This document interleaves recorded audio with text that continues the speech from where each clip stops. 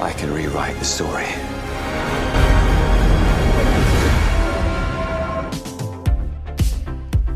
Hey, welcome back to ScreenCrush. I'm Ryan Arey, and let's talk about episode 5 of Loki. So I want to talk about what worked and what didn't work, and later I'm going to have a conversation with Colton Ogburn and Whitney Van Lanningham about their theories on how this show is going to end. Plus, I think they cut a crucial deleted scene that I'm going to tell you about later on. But first, here's my take. This is just like the best thing that Marvel has made this year. But what about Guardians of the Galaxy 3? Oh, I mean, Guardians of the Galaxy 3 is better, but like I consider that more of a James Gunn movie and not like a Marvel Studios project. This show is fully part of the Marvel Studios system. It is ingrained in the multiverse saga. We are seeing the origin of Kang, and it stars one of the biggest names in the MCU, Tom Hiddleston. I mean, this feels like Marvel, if you know what I mean. I mean, Marvel's always been great at getting me invested in side characters like Happy Hogan or Jimmy Woo, and here I am like so invested in the journey of Mobius. This episode even teased him finally getting to ride a jet ski, which is what we all want to see, and that is why we made this brand new Mobius jet ski shirt for sale at our merch store at ScreenCrushMerch.com, where we design all of the shirts ourselves. Lots of you have been shopping at the store. It is the best way to support our channel, and I am so grateful to all of you. So this show is obviously very well written and incredibly well designed, like production design wise, but also it has two key elements that for me make for a great show: strong character and strong theme. Like the MCU, when it's at its best, always focuses on people first. I mean, look how dynamic the characters are in this show. Think about how much Loki and Hunter B-15 have changed since the start of the series, and other characters like Mobius and Sylvie have resisted change, but now that's finally starting to catch up with them. These are people that we care about, and no matter what happens to the TVA, like I'm worried about them first. But I also love how this show has employed this theme of loops and cycles. Like Loki in Norse mythology is defined by loops, and in the MCU, he continues to make the same mistakes over and over again. And in this episode, they tie that concept of loops directly into his character, where he finally admits the reason he acts out. I don't want to be alone. But they've also taken that theme of loops and addressed it on a large scale. There's the Ouroboros loop of the TVA, where we think that this entire series is going to lead to the beginning of the series. Like the show will end with the TVA being established, Kang in charge, and everybody's mind wiped. Hey, this weekend I was going to sit in the window and bark at cars. You want to come? I can't, man. I'm going to enter that knife throwing competition. You don't throw knives. Dude, yes I do. Look, I have like real throwing knives and everything, see? Where did you get throwing knives? Well, I got them from Bespoke Post, a monthly membership club that delivers you a box of awesome every single month, and they're the sponsor of this video. Bespoke Post brings you top shelf goods from these under-the-radar brands. It is free to join, and you can skip a month or quit at any time. So what is so cool about this is 90% of their products come from small brands. For instance, a while back I got this pack called Terra, which comes with camping gear, and it came with this knife, which is made by a company called Bare Bones right in Salt Lake City. You can even shop that company from the Bespoke Post site. So this is box 1 from this month. It's called Bullseye. It comes with a set of 3 throwing knives, this awesome leather sheath, plus this target. This is actually a new one. Mine is all torn up from practice. So every box of awesome like this has around $70 worth of goods inside of it, but it costs a fraction of that value. Like, I love Bespoke Post because every single month you get introduced to cool new products that I would never think to buy on my own. There's outdoor gear, kitchen goods, clothes, even live oysters, plus there's barware. For instance, this is box number 2, Dram, and it's my favorite of the month. It comes with these Mixology Charm DOF glasses, these round ice molds, and to be honest, I've always wanted one of these, and I'm so glad that I finally have one. And we have this old-fashioned mixer if you're like wanting a fancy cocktail, but you don't want to shop for all the ingredients, and it's all topped off with this field guide to whiskey. Yeah, but what if you don't like what they send you? Well, they choose the box based on a preference quiz that you fill out, and then you can preview the box of awesome before it ships. So then you can either keep it, swap it, or skip the month at no charge. Guys, this also makes a great gift for someone because it is so customizable, and you're buying something for somebody that, well, they would never think to buy for themselves. So to get 20% off your first box of awesome, click the link in the description and enter the code ScreenCrush20 at checkout, or go to bespokepost.com/ScreenCrush20. Now, back to what I was saying. Now, so much of the MCU feels uniform. They tend to use the same previs teams, the same production designers, and there's also this like house style where characters will often undercut their drama with like gags and one-liners. So a lot of these TV shows and movies tend to feel kind of uniform. So where the MCU really shines is when it embraces different genres, taking that same Marvel formula and applying it to new places. World War II films, spy thrillers, coming-of-age stories, and there is no other story like Loki in the entire MCU. This is a super weird sci-fi show that that doesn't try to give us a gag a minute. Like, this show knows what it is, and it's not trying to be anything else, as opposed to other projects at Marvel that have had an identity crisis. What do you mean by that? Well, there was a recent piece in Variety that we talked about in this video, which detailed the behind-the-scenes problems in the MCU, and how executives were even considering bringing back the original 6 Avengers and replacing Kang with Doctor Doom. And this all happened because after the pandemic, Marvel was forced to crank out, quote, a torrent of content, which greatly weakened the brand identity. And then there was also a piece in the Hollywood Reporter that talked about how Secret Invasion was completely reshot and rewritten, and how the creators were not even speaking to each other. Like, there is a lot of drama behind the scenes at Marvel right now, but this show feels like the eye of a hurricane. Can't you see how eerily calm it is? And I think we've slowly seen the fans start to come back to Marvel. Like, at first, Loki breakdown views on every channel were super low, but now we're finally starting to top views from Secret Invasion. Like, look, I know that breakdown YouTube views are not a perfect metric for fan enthusiasm, but fans are starting to show up for this show. And I think they're going to show up for any Marvel project that is actually worth watching. Like, Marvel recklessly expanded in Phase 4 and Phase 5. But this is just like how Phases 1 and 2 had their awkward missteps that everybody seems to forget about now. Like Iron Man 2, The Incredible Hulk, Thor the Dark World, Ant-Man, Age of Ultron. All those movies had problems behind the scenes and on screen as Marvel expanded and tried new things. But Loki shows that when Feige's attention is focused and when it really matters, the MCU can still produce great TV. Not that this show doesn't feature the usual Marvel chaos of last-minute changes. In fact, I think Episode 5 featured a pretty huge last-minute change that has kept that episode from being truly great. I'm really lucky to be joined by two of my favorite people. We have our very own Colton Ogburn, the guy who lives inside of our television, but he does not know it, so please don't tell him. And Whitney Van Landingham, who is host of the YouTube channel Whitney Vision and co-host of the Guardians of the Galaxy podcast, which is yet to have me on as a guest, and I'm still sore over it.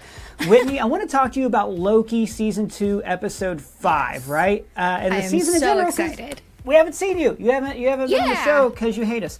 So tell me, what are your thoughts on this episode and of the show thus far? Oh my gosh, this was absolutely my favorite episode. I think even of the first and second seasons. It was so much fun. It honestly felt kind of like a Rick and Morty episode a little bit because one of the things that I said on Galaxy as a joke, I accidentally predicted the storyline of this episode because I was like, wouldn't it be great if they all got sent back to their respective planets and then Loki had to hop around finding each of them and then they all had to hop around finding each other. And I was very hyped on that. And then that's what happened. And I thought that that was so genius. It was the perfect place to take the show. It was the perfect continuation of last episode's story. I was very sad when they all seemingly got blasted away. So I was very, very happy that they're all, just here back to normal, regular lives. Yeah.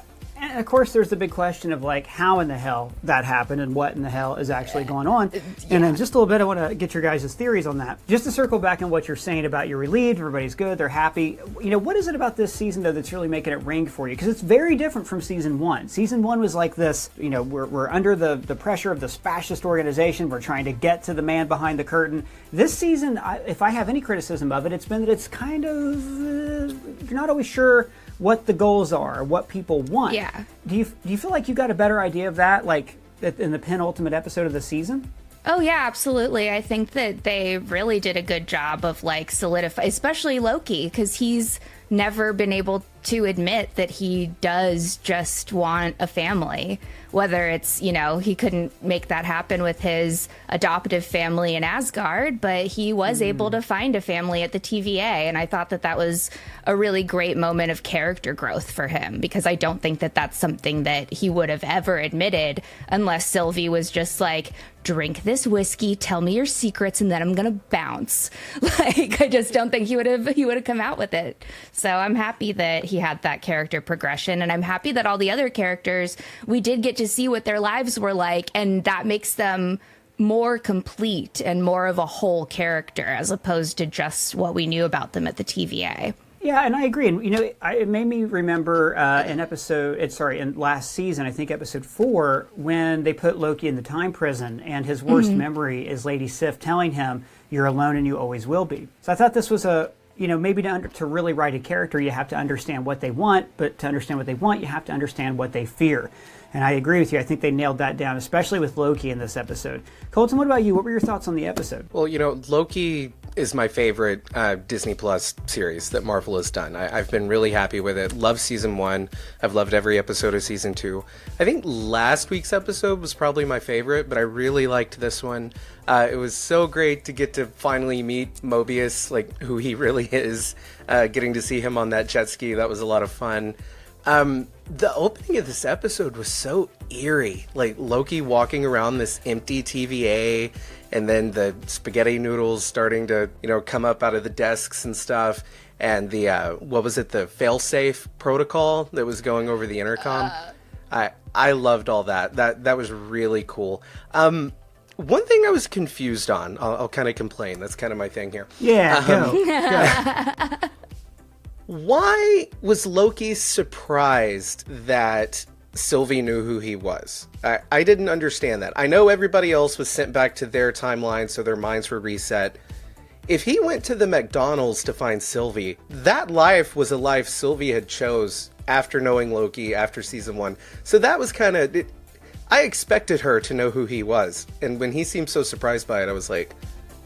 Why are you surprised? Do you still not have the hang of how this works? I don't know. It's a little nitpick. Yeah, I think it was more of a careless line that they wanted to be funny, and I don't think that they thought of the implications of it. Like, they wanted him to have a little funny moment where he's like, you don't know me, but I'm here, and you have to help me save the world. And then she's like, bro, I know exactly who you are. And he's like, oh. Yeah. And so, I think I agree. I think that it was an unnecessary line that doesn't make sense and is confusing. And I think that they honestly just wrote it for the bit and didn't consider that. And the Loki-Sylvie relationship was such a cornerstone in the first season, right? Like, the whole... we're two chaotic elements. We touch anything in the universe can happen. They break through Goliath together. And then we had that argument, that total difference of opinion in episode 6. And I feel like this season, though, they are still just having the same conversation over and over.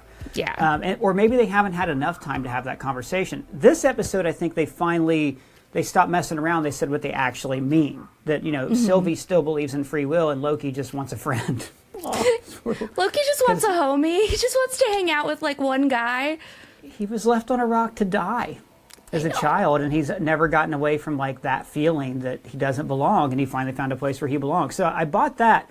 I do think, though, that they've spun their wheels with their relationship. I said, I think at the end of episode 2, it was very weird that we just did the docs thing that fast. That, to me, felt like they should have realized that was a threat for a whole episode. Timelines are getting pruned. Loki and Sylvie have to team up. Instead, they hold hands once. It didn't really do it for me. So, for me, the season is not banger after banger like season 1 was, but... as far as its place in the multiverse saga, it's so interesting to see how they're pulling these different threads together. And like I talked about earlier, one of the questions is, do fans even still care about the multiverse saga? And, is this show salvaging the fan enthusiasm? Whitney, what do you think? Not just yourself, but fans in general. Fans in general, I do think that it's very funny. I'm sure that you've seen all 2,000 of these tweets just like I have in the past couple days, but it's very funny that everyone is saying oh yeah, everyone hated Marvel Monday through Wednesday, and then Thursday and Friday everyone loved Marvel again. Because it is a really redeeming show, and I do think that it is helpful for people who hate what's going on right now. I also just don't think that those people are right, though, because there's good stuff about each project. There really is. There's good moments in everything, and I do think that people need to calm down a little tiny bit about that. Sure, there's good moments in everything, right? And you know me, I love Marvel. I love Marvel comics. Right? I've been reading Marvel comics since I was a kid. Still read them today. So I'm up for watching any MCU thing, but I mean, there's certain things you can look at, and for me, the moment when a show truly becomes bad is when my suspension of disbelief is shattered.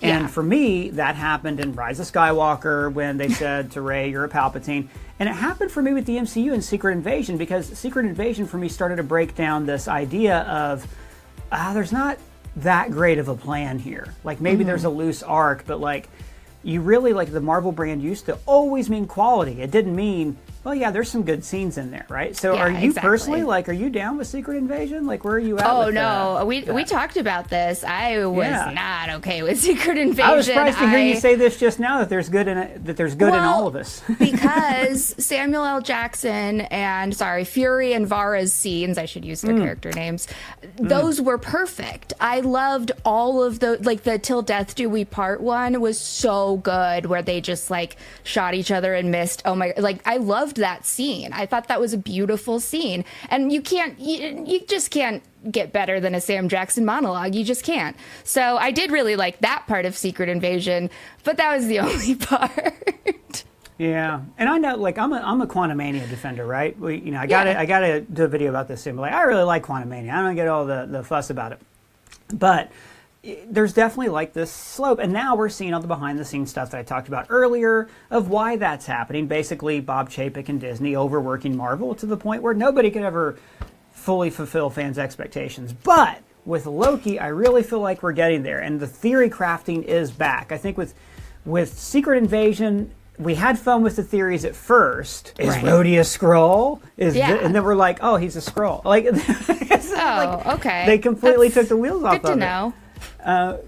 But this show, I'm really loving coming up with theories for this, because we're one episode away. We still don't know how it's going to end, right? Most shows, by the penultimate episode, they've pretty much solved it, and then the last is falling action. There's a million things. We could still make a million theory videos about this, Colton, without giving away, the video that you're working on right now. What do you think is what's happening? What's going on? I know how it's going to end, I think. This episode made me feel like a veil had been lifted. I think I finally see how everything is going to transpire. I think OB... Huh? Do tell, my friend. Yeah, I think that OB is at the center of all of it. I think this reveal that he was a science fiction writer, that immediately to me said, oh, not only was he a key piece in the technological building of the TVA, but I think he was also a key piece in the fiction of the TVA, the timekeepers and all of that, helping Kang, helping him craft this science fiction story to lie to all of his TVA. That's interesting. I hadn't thought about that. That's very cool. I love that. Yeah, I don't see them just randomly saying, oh, he's a science fiction writer, and that not being significant. Important. Yeah. And also the chalkboards that we saw in OB's workshop that is obviously going to somehow be like transferred to the TVA or modeled after that workshop. You could see the tube coming down where like the work His orders lab, come through. The fans, the shelves, That to me is just telling me I think that Kang is just a user. Like, He Who Remains. I think he's using Loki. I think he's using OB. I think all of that work on the chalkboard and stuff that we're seeing in OB's lab and that we also saw in He Who Remains Palace, I think that's OB's work. I think that I'll tease for the video we have coming out soon talking about what's going to happen with Kang and all of that. I think that he has been using Loki, he's been using OB, and just everyone around him. I think that's the key to the Kang character. He's a user, and he's using all these people to put himself into power. And I think that's what we're going to learn with the finale. I mean, he's a brilliant scientist, but he did need Janet's help to fix his multiversal engine core. Is he? Yeah, maybe you're onto something there. He might be a liar. He might be a huckster. I don't know. Yeah, exactly. Victor Timely definitely is a genius, but he also needed the TVA manual to not be a candle maker anymore. Mm-hmm. Yeah. Whitney, what do you think? What's your thoughts on this? Like, where's this going to end up? Ooh, I don't know. I kind of think that we might see a full circle moment where, like the Ouroboros, the beginning is the end is the beginning. Also a great, Smashing Pumpkins album. But, I do think that it might come to be that, like, Loki is ultimately the one who restarts the TVA, and same with OB, same with, Mobius and all of them. I think that they kind of will restart the TVA because they have to fix the loom. I think that doing that will involve, going back and reinstating a lot of things, making it hopefully better this time around, and hopefully with less, man behind the curtain Wizard of Oz bullshit this time around, but I it would wonder be the if same, it's gonna. Yeah, I think right? it like might. if it's an Ouroboros, it's gonna. I think that he might bring it back to fruition in the same way that he came back and pruned himself. I think it might be like that, but with taking the TVA to its next. There was form. another interesting thing in this where they had Sylvie and Loki had this conversation about choice and how Mobius was saying like, oh, we love being in the TVA so much and they need to have a choice. Do you think that in the next episode that they're not only going to save the TVA, but like maybe to save the TVA they have to hard reboot it, and then all these people, maybe their memories are going to be reconciled, which happens to characters all the time in the comics, and then they're all going to have to choose whether or not they want to stay in the reboot, and then they all will. Yeah, that could be a possibility. So that whole conversation about free will versus determinism, why not both? No, totally. I'm just like, is Mobius going to bring his children to the TVA? Is he going to raise them at the TVA, just like start a little TVA daycare where someone babysits his kids? Because if he's given the choice, I don't know if he can ditch his baby boys. I mean, we saw Wanda, what happened when her baby boys got taken away, and she was not happy. And although Mobius isn't a scary demon witch of any kind, I do think that you can't take away someone's boys. You just can't. He might. I mean, his wife was probably blipped. I mean, they're in 2022, and they make a point of saying like that she's not here anymore. So she probably is going to come back. I would assume that if his timeline was eradicated anyways, he would choose to stay. And I'm sure there's some YouTube channels right now that are fast at work on a video about how Mobius's sons are actually the Sentry or something like that. But we don't quite get that much into theory crafting. I do wonder, Colton, about this show. Like is it too complicated? Is it too much this, too much that? If this is like the last season, right? I'm looking at like what's coming down the line. There's rumors the TVA is in Deadpool 3. I don't know if they're true or not, but let's assume the TVA is in Deadpool 3 and they're policing incursions, right? So the TVA will exist, and I think we all agree that's going to happen. There's going to be like an Ouroboros loop. But as far as where Loki ends up before Kang Dynasty, if Kang Dynasty still happens, but before Loki ends up, where is that character? How's he going to re-enter this main MCU with his brother and all these other characters? Like, how do you think his story is actually going to end? What would be a fitting way for the character to come full circle? Well, you actually mentioned this before, a cool idea that I really liked, so I'll steal it from you now. I love the idea of Thor breaking Loki out of some type of prison that Kang has him held in. And I think you guys are right on the spot about it is an Ouroboros, and I think it's happening exactly how He Who Remains wanted. And if you'll notice in the previously on for this episode, they made sure to show He Who Remains saying, I paved the path. They showed that clip in the previously on, which made me think, oh, he's still paving, that they're still going down the path he paved. And so to give I'll give a little tease to what I'm going to be talking about tomorrow. I think that this Loki variant is going to be like locked away or something, kind of like you had talked about before, Ryan. And I think we might learn that he has been locked away essentially for an eternity, because I think Kang is using him. Oh, wow. We've theorized before that through enchantment, maybe Loki played a pivotal role in helping Kang actually assemble the sacred timeline. I think OB played a role in like maybe the story aspect of that. So I do think that season 1 will end with Loki becoming essentially a prisoner to He Who Remains. And yeah, I would love to see a Thor the Dark World kind of repeat of Thor going to break out his brother for help. I think that'd be really cool. There are shots of him in the jumpsuit. I'm fine and with that as long as they call it Thor Dork World for the breakout. I'm totally cool with that. Yes. And that would be an awesome way for those who aren't like maybe watching Loki, or like for the more casual fan, there's going to be no question as, oh, why is Loki locked up? You know, like nobody's going to wonder, oh, why is that? They'll just assume, well, he got himself into some kind of trouble. So I think that'll be true. And Casey could also maybe assist in the jailbreak. Prison break. He's done it before. Yeah, right. I see this. And then what's waiting for them when they get to the moat outside? Jet skis. jet skis. Yes. And Loki Gator. The getaway jet skis, yes. And they've got a doctor who can help them as they jet away, and Sylvie's just got the tent pass, so she could have taken them in and out the whole time anyways. Well, guys, this has been a lot of fun. I've got a theory about a missing scene in this. I think there was a deleted scene that would have been really cool to see. I'm going to tell everybody about, but Whitney, Colton, thanks very much. If you haven't seen Whitney's coverage of Rick and Morty on Whitney Vision, you are missing out. Highly suggest you check that out. And everybody's socials and links are below. So let's talk about Hunter B-15. And by the way, we found out that her actual name is Verity Willis, a close friend of Loki's in the comics. So Verity is living in New York in the year 2012. That is a very important year because it is exactly when and where Loki attacked New York City with a giant alien army. It seems like that had to be intentional, right? Like they could have easily had her working in Des Moines in 2010, but they chose 2012 in New York. Everything in this show is deliberate, so I think that was like a conscious choice. Yet, this coincidence is never addressed in the show. Loki shows up, says, This is going to sound strange. and then we're led to assume that he just convinced B-15 and everything is fine. But I think that originally there was going to be something else in there. Like Loki's whole arc is that he was once left alone to die on a rock as a baby. Your birthright was to die. So now he is always going to be afraid of being alone. You are alone.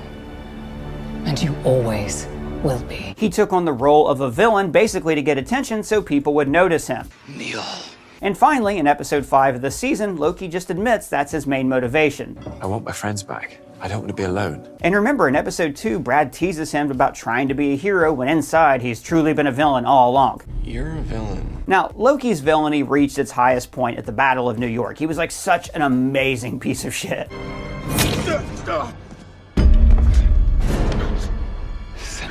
So why send Loki back to that time and place unless it was for a reason? I think there was a deleted scene that was related to the Battle of New York. I mean, Loki even brought this up to Mobius in episode 2. I went down to Earth and I held the whole of New York City hostage with an alien army.